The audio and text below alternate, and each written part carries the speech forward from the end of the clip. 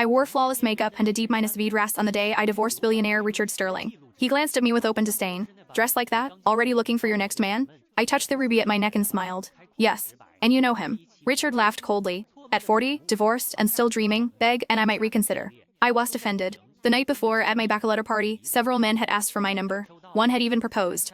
Instead of heading straight to the courthouse, Richard changed direction. When I looked at him, he said flatly, Valerie will be there today. Once the divorce is done, I'm marrying her. Chas waited 20 years. So our marriage really had been nothing more than a temporary arrangement. When we arrived outside Valerie Hayes' home, I stepped out to buy water. When I returned, she was sitting in the passenger seat. Scarlett, I always sit in front with Richard, she said politely. I didn't argue and moved to the back. Her gaze fell on my wrist. That bracelet is lovely. Give it to Valerie, Richard said without turning around. It was a gift she'd given me years ago, but I removed it and handed it over. I have plenty. If you like, I'll send the rest as well. Satisfied, Richard added, as long as you behave, no one will hear about our divorce. My phone buzzed. My fiancé had landed. He'll be there soon, he said gently. Richard noticed my smile and frowned. Suddenly Valerie exclaimed, oh no, the bracelet broke. Before I understood what happened, Richard flung the broken bracelet at me and tossed my phone out the window. Furious, I demanded to know what he was doing. He stopped the car and pulled me out. I stumbled and twisted my ankle. You broke it on purpose, he accused. How cruel can you be? I saw Valerie quickly look away, but I was too tired to defend myself.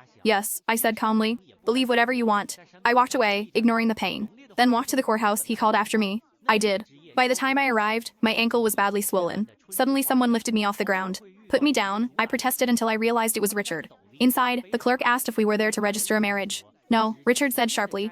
A divorce. After it was finalized, I waited for my fiancé. Valerie approached, holding her marriage certificate. Why don't we take you to the hospital? I'm waiting for my fiancé, I replied. She smiled as if indulging a lie. Outside, she rushed after me, then suddenly cried out and fell back. Richard caught her instantly. She pushed me, Valerie said tearfully. Richard turned on me. You never change. I said nothing as they drove away. Left alone on the courthouse steps, I looked up at the darkening sky. Just then, a familiar voice called my name.